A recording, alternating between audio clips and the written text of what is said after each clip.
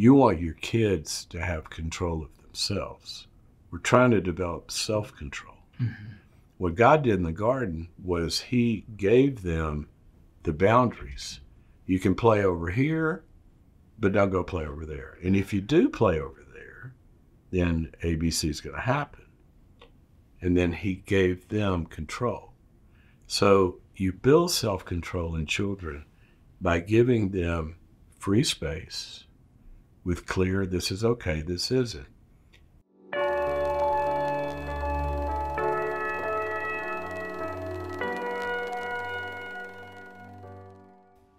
So Henry, you talk a lot about boundaries. I think you've talked about that a few times here and there, right? Can I tell you something funny about yes. that? We actually wrote the book so we wouldn't have to talk about it anymore. Nice. Now you talk about it a lot. Yeah, I had written a book called Changes That Heal. Mm-hmm. And boundaries was the second section of that book. And John and I would be out speaking on it, and we were doing a planning day, and a facilitator asked us, so where do most of your questions come from? And we laughed. We said, boundaries, that section. And he said, well, why don't you write a book on boundaries? And I literally laughed, said, that is an awesome idea, because then the book will end, and we won't have to talk about it anymore. And here I'm starting with that. Yeah, right? We didn't know that it would hit a nerve. So. Yeah. Well, boundaries are so important. It's hard if you haven't had if you haven't grown up with boundaries, or you haven't different as a concept, or you haven't you see it differently between husband and wife on what boundaries should be for the kids and where they come from. I think the main question is, how do you balance that love in parenting with the boundaries that you need to bring with kids? What's a way that a parent can practically do that and day to day if they're not naturally a warm, sensitive person? Yeah. Yeah. How much time do we have? Because, in some senses, I'm going to get practical in a second, but in some senses, you've asked the fundamental question of the universe. Yeah. Because if you go to the Psalms, it says that in God, righteousness and mercy have kissed, they've met. And so in him, he don't have to balance anything. He cannot do one thing without the other. Mm. Now, what happened was when we lost relationship with God, then grace and truth, boundaries and love got split. And all we were left with was the boundaries. Moses came off the hill and gave us the boundaries. And boundaries alone, the Bible tells us, are useless and powerless. Right. It didn't change anything. And then it says, grace and truth were realized in Jesus. So he came and put them together. So it's the most important question in some senses in even human character development, because boundaries, that's the truth. That's an aggressive function. Mm-hmm. I don't mean aggressive by anger, but it's action. You have to do something. Right, that's true. With strength, right? Mm-hmm. And the love is a connecting function. Mm-hmm. So the question is, if we're giving kids boundaries, but we're not empathically aware of the connection and the mercy and the tenderness and the compassion, mm-hmm. all that line of God's image, then they're harsh, or they're angry, or they're judgmental. Yeah. Romans says that the law produces wrath. And so, in fact, Paul writes, if you want to exasperate your children or provoke them to wrath, you can do that by just, right. having harsh sense. Right. Yeah. Yeah. On the other side, if all you've got is grace and love, that kid's going to be 40 years old living on your couch watching video games. That's true. Yeah. So we have to put them together. Mm-hmm. So the first thing that I think parents have to do is you've got to ask yourself, get the log out of your life first. As a person, how integrated am I becoming in grace and truth? In other words, when I love somebody, can I, in my love, also say, you know what you just did, that hurts me. Or I don't want you to do this or that. And say it with kindness and love, considering how that's going to feel the other person. Mm-hmm. Okay. Can I do that in life? Because, the Navy SEALs say nobody rises to the challenge. You fall to your level of training. So in the moment when the kid's getting out of control or whatever, you're going to fall to your level of integration. So it's really, parenting starts with spiritual growth of the parent. Yeah. So if you can get your ability to say no and to correct someone or to set a limit or tolerate the anger that comes at you when you do that in a loving way, that's where you've got to start. It's not just a technique you're going to all of a sudden do one day without fail. Yeah, and with it comes this need to establish trust along the way. 100%. And it could be that if you don't have boundaries, that can also affect trust, because you don't trust that the person is actually in control of what's happening, right? A child needs that structure, and are we going to be okay? Then on the other hand, if a person is not loving, is not warm, it feels like they don't care about you. That's right. They don't care about you as a person. That's right. And so trust is so foundational. I know you speak on trust within the home. What are some practical ways that parents can begin establishing that with their kids, given this idea of boundaries with warmth and sensitivity, and balancing those and creating a foundation of trust in the home? How do you think a mom and dad can do that? I was on a plane one time, and normally the classic question, so what do you do?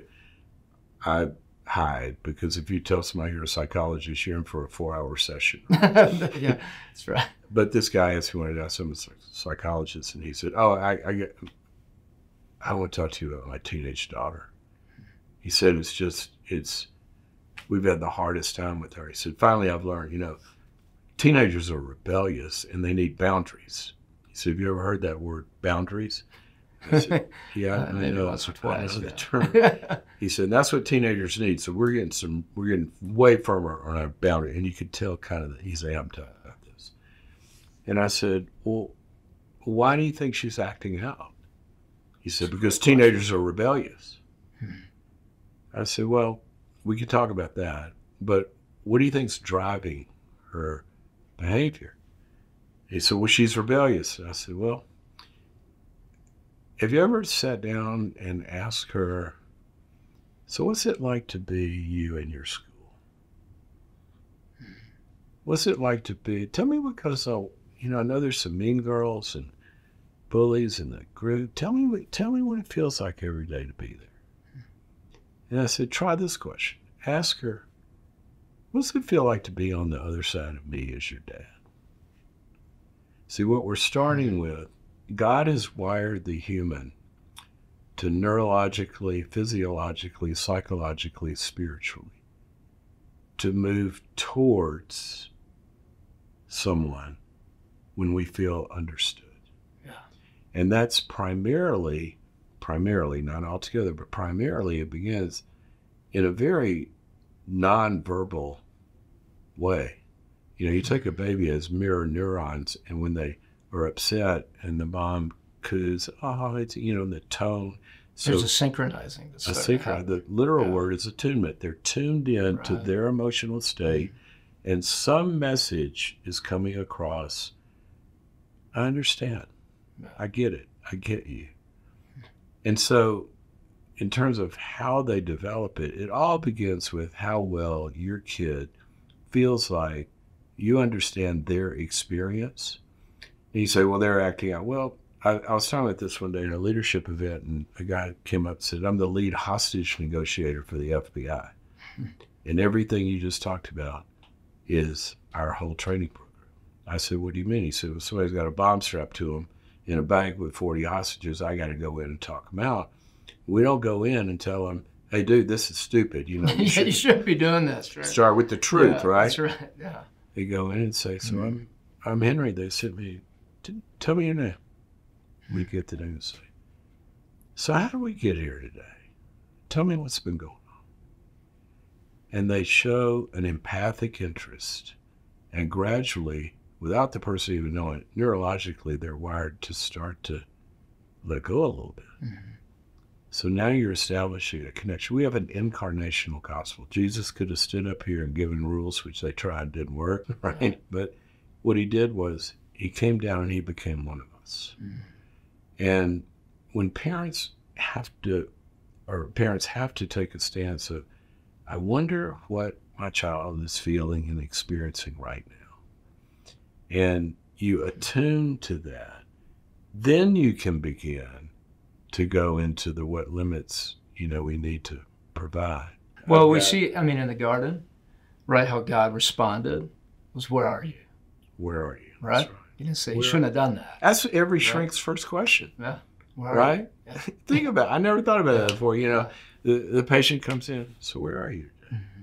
Well, I'm sitting on the couch. No, where are you? Here. Right. Right? Yeah, it went to much deeper level. With our kids, if we can see beyond behaviors, we see a whole different world, right? You see the thoughts, the emotions, where they came from, and the interpretations, attitudes, where those came from, and their experiences with us. And so where I want to go now is a little bit on the spiritual growth side. Okay. It's a big question. Can we get one more concept about this? Yeah, let's do that. Because when you mentioned the garden, I was reminded of this. The other thing that God did in the garden, and this is a big, big, big parenting landmine. You'll hear a lot of parents say, well, you got to get control of your kids. Well, that's the last thing you want to do. Yeah. You want your kids to have control of themselves. We're trying to develop self-control. Mm-hmm. What God did in the garden was he gave them the boundaries. You can play over here, but don't go play over there. And if you do play over there, then ABC is going to happen. And then he gave them control. So you build self-control in children by giving them free space with clear, this is okay, this isn't. And then, you don't draw you don't say take the car and then discipline when they're 4, right? But you give them safe places to make choices. Yeah. And then when they make the wrong choice, that's when you say, gosh, Joey, I told you what's going to happen if you did that. So now you got to be in timeout. So you can sit over here for a while until you can stay on this side of the room. Well, and added to that would be a self-awareness, right? And an others awareness. Because you're saying, hey, you did this. How did it impact another person? That's right. How did it impact the situation? Why do you think the rule was even there? Mm-hmm. And within the garden, building that love is the real basis of all boundaries. Yes. When my girls became teenagers, I sat them down and I said, okay, guys, here's the deal. You guys are teenagers now. You're going to be wanting a lot more freedom. All right. And I promise you, that's what I want to give you. I want you to be 100% free. Because I'm not going to take control of you. The last thing I want to do, I don't have time. I can't watch you. I got stuff to do. I want you to be in control of yourselves. Okay. Yeah. So here's the formula. Freedom equals responsibility equals love. Now I want you to memorize that, because here's how it's going to work. You will be free to do whatever you're ready to take responsibility for. And if your responsibility, the way you act, is equal to the freedom, then you'll still have that freedom. Mm-hmm. And the way we'll judge that is love, meaning, are you doing something that hurts you or anybody else? And if you can make that balance all the time, will be great. If you can't, I will. The responsibility goes down, your freedom's going to go down. So you're in charge. Well, and then you're establishing trust, which is so foundational to the home, right? To any type of relationship that you have with someone else. That's where we saw within the context of the garden again, God create a safe, trusting environment where you're saying that freedom and the idea that you're going to be making decisions and choices, and I love you so much, and I don't want you to make those, but you get to make whatever decisions you need to make. That's right. And he was very clear about there are some things that could hurt you. Yeah. And that's important right there. Don't do that. because we're not going to keep them safe, right, from the boundaries and the consequences that come. And we see that with adult children, where they begin to make certain decisions, and there's a coming alongside of them as they're experiencing some of the consequences too. Yeah. Decisions they make, and that warmth that you can come with, right? So spiritual growth is a big topic that we get asked about a lot. Mm-hmm. Parents want to know, how do I help my child grow spiritually? What are some practical ways I can do that? And that seems like such a broad question. Yet there are stages that people go through in that spiritual growth. Talk about some of those stages that you talk about in the just spiritual growth environment. Well, one of the big problems you'll find in this whole context when you get into real Bible-believing Christians, which I am. That's good. But, we take a stand on the truth and the word, all of that. But kids, when you go developmentally, little bitty kids are learning the truth from you. They're internalizing truth way before they are able to conceptualize truth. Very true. David said, think of spiritual formation. We want our kids to learn about God and trust God, right? David said, God, you taught me to trust you at my mother's breast. The first experience, see, what you're developing is a trust muscle in them. And so your relationship with them, Galatians 4 says, when we were children, we were under guardians and managers until the date set by the Father. And then you become a child of God, right? God has no grandkids, but he put parents over kids for spiritual formation to learn his ways. Well, it begins, you've got to be like God to them, which means, like we said, you're leading with compassion, and then you're stepping in, and through modeling self-control, you're helping them to gain self-control. Now, as we go forward and you get into when the language centers kick in and all that, now they can begin to add concepts to their life and their life of boundaries and how they treat people and all that. And that's when I think we begin to introduce, like Deuteronomy 6 was Moses' big speech. Yeah. Said in the future, it's the good one. In the future, this is what you got to teach your kids. We were slaves in Egypt. God brought us out in a mighty hand, and he gave us these ways. So we're going to learn these ways, and we're going to start with the foundational ones. Yeah. And that's where you let them know that, don't lie, don't hit your sister and all this, that this is how God designed life to work. And within the context of that relationship, right? Within the relationship. Love the Lord your God with all your heart. It says there. So that's a great point. Yeah. And I think you've also got to, one of the things that's happening with kids all on the way is, they're kind of looking at you, and at the same time, trying to model you and internalize you and become like you. But the models, all the research shows, the models we follow are imperfect models who are also victorious. In other words, you do things well, but you have struggle too, right? And what did Moses say? We were slaves in Egypt. I've been through it too.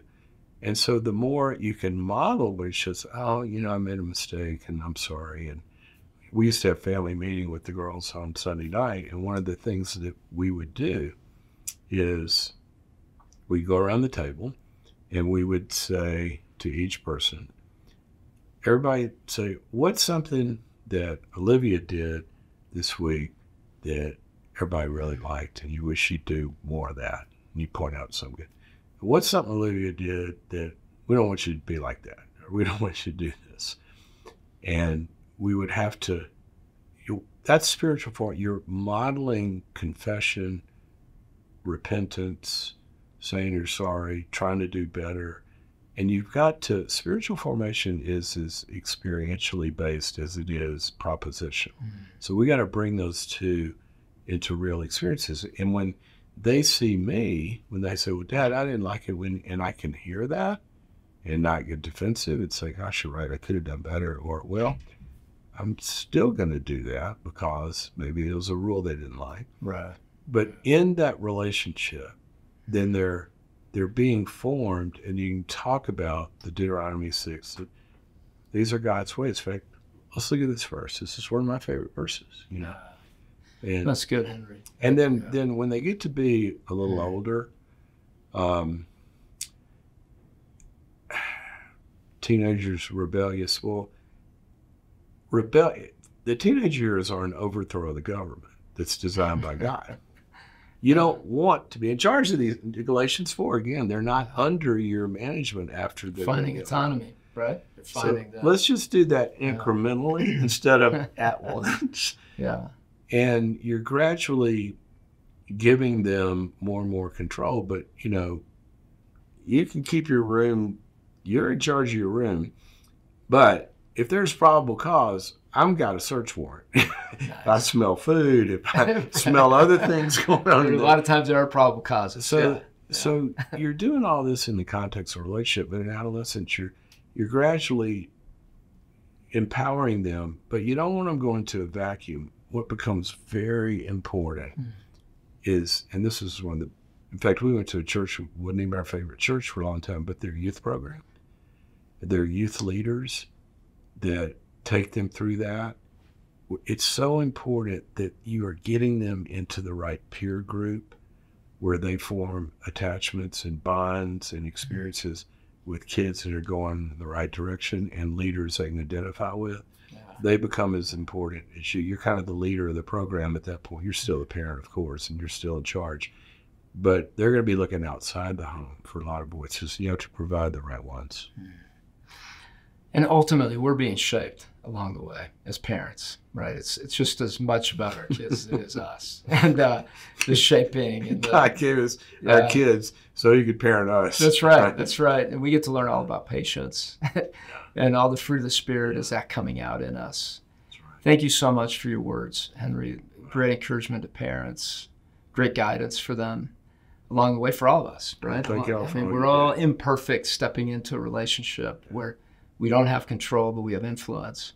And how do we navigate that influence? Parenting's, you know, it's a tough deal. You can do it without any training. That's right. They don't give you There's no prerequisite, right? There isn't.